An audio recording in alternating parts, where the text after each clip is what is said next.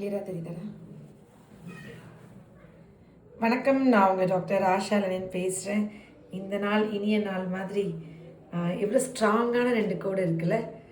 கடவுள் வந்து பிரம்மா தலையெழுத்து எழுதும் போது நல்ல தலையெழுத்தாக எழுதணும்னு வேண்டிக்கோ. எப்பயும் பிள்ளையார்பட்டி கோயில் போகும்போது உட்காருங்க தம்பி, இந்த இது வாங்கிக்கணுமா, இந்த இதை பத்திரமா படிங்க. ஓகே, நான் வச்சு கொடுத்துருக்கேன். பிள்ளையார்பட்டி கோயிலில் வந்து துர்கை சன்னதிக்கு இப்படி போயிட்டு இப்படி சண்டிகேஸ்வரை பார்த்துட்டு இப்படி போகும்போது பிரம்மரோட சன்னதி இருக்கும். அங்கே தனியாக பிரம்மாவோட சிலை. அதை வந்துட்டு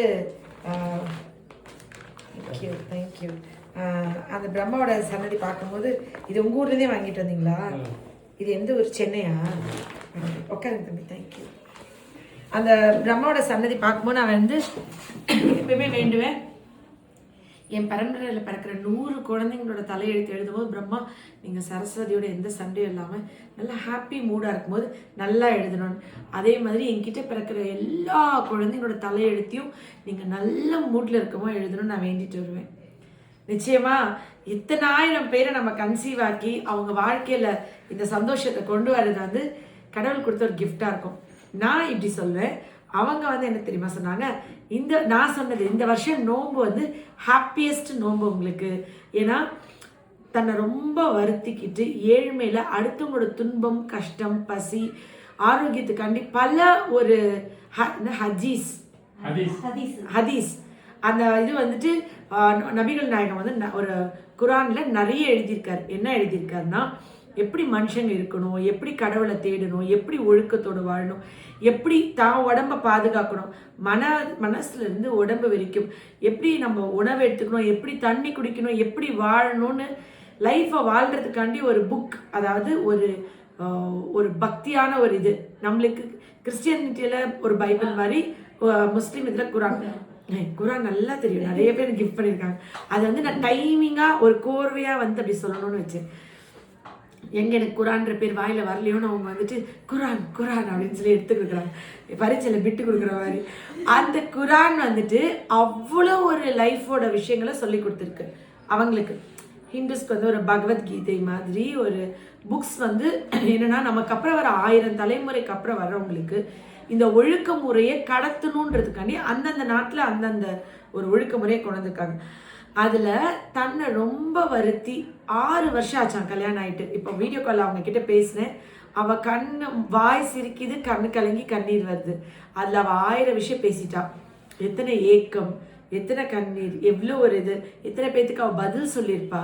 இந்த குழந்தை இல்லைன்றதுக்கு ஒவ்வொருத்தங்கிட்டையும் பதில் சொல்கிறதும், அதுக்கு ஒவ்வொருத்தருக்கும் சொல்கிற இதையும் கேட்டு, கடவுள் நம்மளை அம்மா அப்பா கூப்பிட ஒரு குழந்தை வராதா, நம்மளை அம்மான்னு கூப்பிட ஒரு குழந்தை இருக்காதுன்ற அந்த ஏக்கத்தோட விளைவு தான் வந்து என்ன இன்னைக்கு பெரியப்பா அழுகிறாரு, ஒரு பக்கம் இவங்க அழுகிறாங்க. எனக்கு குடும்பமாக எல்லாரும் எனக்கு என்ன சொல்கிறதுனே தெரியல. எனக்கு இந்த கன்சீவ் ஆக்கிறத கன்சீவ் ஆன பிறகு குடும்பம்லாம் அழுகிறது கன்சோல் பண்ணுறதா பெரிய விஷயம். இப்போ அவள் அழுதா சரி, நீங்களாம் எதுக்கு அழுகிறீங்க? நீங்கள் எங்கள் நாத்தனாருடைய பையன். ஓ, உங்கள் நாத்தனார் நீங்கள் அவ்வளோ லவ் பண்ணுறீங்களா? ஆமாம், 5 நாத்தனாருக்கு எனக்கு அம்மா மாதிரி. அப்படியா? 5 பேர். எங்களுக்கு அம்மா அப்பா இல்லை, அவங்க தான் எல்லாமே. ஓ சரி, நீங்கள் இன்னும் 2 நிமிஷம் தான் நான் அழுதுருவேன். நீங்கள் அழுகக்கூடாது.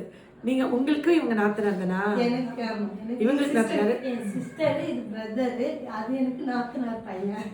ஓ, உங்களுக்கு அம்மா அப்பா இல்லாதனால உங்கள் நாத்தனார்லாம் உங்களை அவ்வளோ நல்லா 15 வருஷம் எனக்கு குழந்தை இல்லாமல் இருந்துச்சு. ஓ, எல்லாமே அவங்க அம்மா எங்கள் நாத்தனாருக்கு தான் எனக்கு பார்த்தாங்க. பிரெக்னன்சியா இருக்கிறது 7 மாசம் தம்பி பார்த்தாங்க. ஓ, அப்புறம் அவங்க ஒய்ஃபும் குழந்தை பிறந்திருக்கும். அப்புறமா என்னை வீட்டுக்கு கூட்டிட்டு வந்து அவங்க. ஆனா அந்த முஸ்லீம் இதுல ஒரு பழக்கம் இருக்கு தெரியுங்களா? என்னையுமே இந்த பக்கத்து வீட்டு பிள்ளைங்களா அக்கா மாமி அப்படிதான் கூப்பிடுவாங்க. ஒரு குடும்பமா ரொம்ப க்ளோஸா பழகிடுவாங்க, உயிர் விடுவாங்க. இல்ல உண்மை, எங்க வீட்டுக்காரர் கூட பிறந்தவங்க தான் 5 நாத்தனார் தான் என்னைய வச்சு அந்த அளவுக்கு பார்த்தாங்க. ஓ, சந்தோஷம் இல்ல?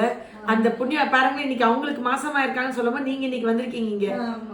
அதனால உங்களுக்கு ஒரு சந்தோஷம். அப்ப அந்த பிள்ளை லைஃப்ல ஒரு நல்லது நடக்கிறது உங்களுக்கு இவ்வளவு சந்தோஷமா இருக்கு. அவங்க ஒரு வார்த்தை சொன்னாங்க, சென்னையில இருந்து இவ்வளவு தூரம் வர்றதா கஷ்டமா இருக்கு. என்ன சொன்னீங்க சொல்லுங்க, என்னை பத்தி கம்ப்ளைண்ட். சென்னையில இருந்து வர்றதுதான் கஷ்டம், உங்களை பார்த்ததும் அந்த கஷ்டம்லாம் போயிடுது. இனிமே சந்தோஷமா இருக்கு. நிச்சயமா. ஆனா இப்போதான் காலைல ஒருத்தவங்க பார்க்கும்போது சொன்னாங்க இவ்வளோ தூரத்தில் இருக்கீங்களேன்னு. எனக்கு சென்னை இதெல்லாம் வந்துட்டு நான் ரொம்ப பிஸியாயிருவேன். எனக்குள்ளே இருக்கிற இந்த அன்பு இந்த ஈரம்லாம் குறைஞ்சிருமோன்னு எனக்கு ஒரு இது போதும்ல, இது ஜாலியாக இருக்குல்ல, லைஃப்பில் சந்தோஷமாக இருக்குது. உங்களுக்கு ஃபஸ்ட்டு நீங்கள் அப்பா இருக்கீங்க. இந்த 6 வருஷத்துல இந்த ப்ரெக்னென்சி கார்டு ஃபஸ்ட் டைம் பார்க்குறீங்களா? இப்போ தான் நல்லா இருக்கு, சந்தோஷமா இருக்கா? ஓகே. நீங்கள் வந்து இந்த ஸ்வீட்ஸை கண்ணுங்க அர்த்தமாக பார்த்து வாங்கி அங்கேருந்தே கொண்டு எல்லாரும் இங்கே வந்துட்டு இங்கே இருக்கிற ஏதாவது ஒரு பேக்கரியில் வாங்குவாங்க. கிளம்பும் போதே அதை வாங்கி எடுத்துகிட்டு வராங்கன்னா அதில் அது சின்சியாரிட்டி இருக்குல்ல, ரொம்ப சந்தோஷம். 6 வருஷம் கழித்து இந்த குழந்தை வந்து இவங்க கன்சீவாக இருக்காங்க. எல்லாரும் பிளஸ் பண்ணுங்க.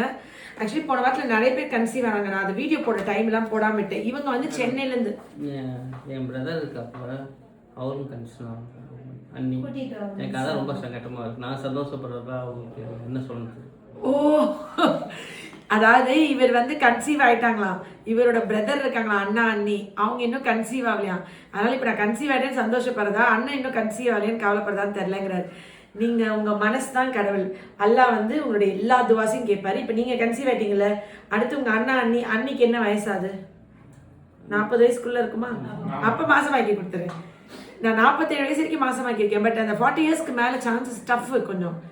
ஸோ நிச்சயமாக உங்கள் குழந்தை கன்சீவ் ஆயிருக்குல, உங்கள் மனைவிக்கு வளக்காப்பு போடும்போது உங்கள் அண்ணி மாசமாக இருப்பாங்க. ஓகே தானே? ஓகே, அப்படியே ஆகும். ஓகே, இப்போ நீங்கள் சந்தோஷமா இதை என்ஜாய் பண்ணுறீங்களா? நீங்கள் அவங்க அண்ணனும் இப்படி பாசமான ஒரு தம்பிக்கு அண்ணன் என்ன இதுக்கு இதுவாக பண்ண போகிறாங்க, அவரும் சந்தோஷப்பட்டு அப்பா நம்மளுக்கு இல்லை நம்ம தம்பிக்கு வந்துச்சு நம்மளுக்கும் வந்துடும் அவரும் நினைப்பார். அந்த அன்போடு நீங்கள் அண்ணன் தம்பி ராம லக்ஷ்மணன் மாதிரி எப்பயுமே சந்தோஷமாக ஒற்றுமையாக இருக்கட்டும். அவருக்கு அவங்க ஒய்ஃப் கன்சீவ் ஆகுதுன்னா அண்ணனையும் மிஸ் பண்ணிட்டோமே கொஞ்சம் வற்புறுத்தி. ஆனால் நீங்கள் ஒரே மாதத்தில் ஒன்றும் மாதம் ஆகல, எத்தனை மாதம் நம்பிக்கையாக சாப்பிட்ருக்கீங்க?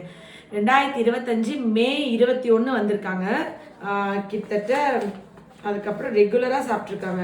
6ஆவது மாதம் 7, 9, 11, 1 நடுவில் மட்டும் ஒரு 15 நாள் கேப் விட்டு வாங்கியிருக்கீங்க. ஆனால் கரெக்டாக சாப்பிட்ருக்காங்க. கடைசி 21/1 வாங்கியிருக்கீங்க. 21/1 ஆர்டர் பண்ணி 31/1 வாங்கும்போது தள்ளி போச்சுன்னு சொல்லி 5/2 4/2 செக் பண்ணிட்டீங்க பாசிட்டிவ். Okay, super. ஸோ இவங்க கன்சீவாக இருக்காங்க. ஒன்று என்னென்னா இன்னொரு ஹிஸ்ட்ரி சொல்கிறேன். இவங்க வந்து திண்டுக்கல்லேருந்து வந்து மாசமாக இருக்காங்க. இன்னொருத்தவங்க 2 பேரோடது போடுறேன் இன்னைக்கு சேர்த்தி. இவங்க வந்துட்டு இவங்க ஹஸ்பண்ட்க்கு பெரிய பிரச்சனை கிடையாது. இவங்களுக்கு வந்து இவங்க எவ்வளோ நாள்னா இவங்க வந்து 29/12/2025 மருந்து வாங்கியிருக்காங்க. 29/1 மாசமாயிட்டாங்களா? இப்போ டேட் என்னைக்கு வாங்கியிருக்காங்க? 4/2 மாசமாயிட்டாங்க. ஒரே மாசத்துல மாசமாயிருக்காங்க இவங்க. நீங்கள் தான் கொஞ்சம் நாள் ஆயிடுச்சோ, 8-9 மாதம் ஆயிடுச்சு. ஓகே, இவங்க வந்து ஒன்றும் இல்லைங்க, கல்யாணமாகி 4 வருஷம் ஆச்சு. திண்டுக்கல் 29/12 வந்து மருந்து வாங்கியிருக்காங்க. 4/2 ப்ரெக்னென்சி பாசிட்டிவ் கன்ஃபார்ம் பண்ணிட்டாங்க. ஒன்றும் பெரிய பிரச்சனை இல்லை இவங்களுக்கு.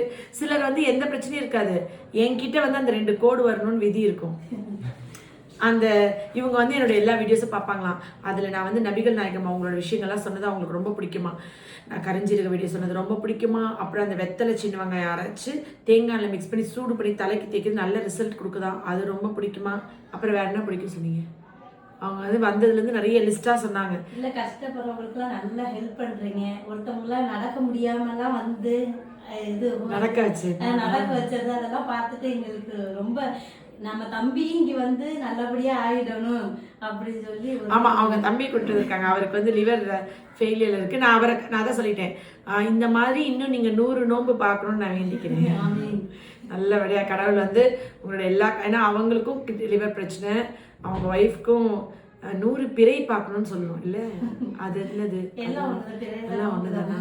சரி, எப்படின்னாலும் இவருக்கும் லிவர் ஃபெயிலியரு, அவங்க ஒய்ஃப்க்கும் அதே பிரச்சனை இருக்குது. ஸோ இவங்க 2 பேரையும் நான் குணம் பண்ணி எப்படியாவது காப்பாற்றி கொடுத்துடணும் அப்படின்ட்டு நான் அவங்க நம்பிக்கை தம்பியும் கூட்டிகிட்டு வந்திருக்காங்க.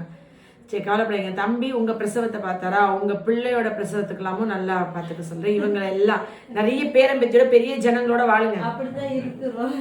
அப்படியா? சரி, உங்கள் 2 பிள்ளைகளுடைய கல்யாணம், உங்கள் 2 பிள்ளைகளுடைய பிள்ளைகளை நீங்கள் பார்ப்பீங்க. ஓகேவா? உங்கள் பிள்ளைகளுக்கு என்ன வயசாது இப்போ? பெரியவனுக்கு 15, சின்னவனுக்கு 10, பொண்ணுக்கு வந்து 7. 3 பிள்ளைகள். உங்கள் பொண்ணு பையன் 2 பேர், அவங்க 3 பேரோட கல்யாணம் பண்ணி அவங்களோட பிள்ளைகளையும் நீங்கள் பார்ப்பீங்க. அது வரைக்கும் உங்களை பத்திரமா நான் வச்சுக்கிறேன். ஓகே தானே? ஓகே, நிச்சயமாக வச்சுக்குவேன். ஸோ உங்கள் மனைவியும் கூட்டு வந்துருங்க, அவங்களையும் சரி பண்ணி விட்டுறேன். நீங்கள் வந்து கவலைப்படக்கூடாது. எல்லாம் சரி. அது வந்து நிறைய பயந்துட்டாரோ உடம்பு போய்? எல்லாருமே பயந்து, தம்பி முடியலைன்னு சொன்னா யாருக்காவது பயம் இல்லாமல் இருக்கும். எல்லா டாக்டருமே ஆப்ரேஷன் பண்ணுவாங்க, லிவர் மாற்றணும்னு சொல்லிட்டாங்க.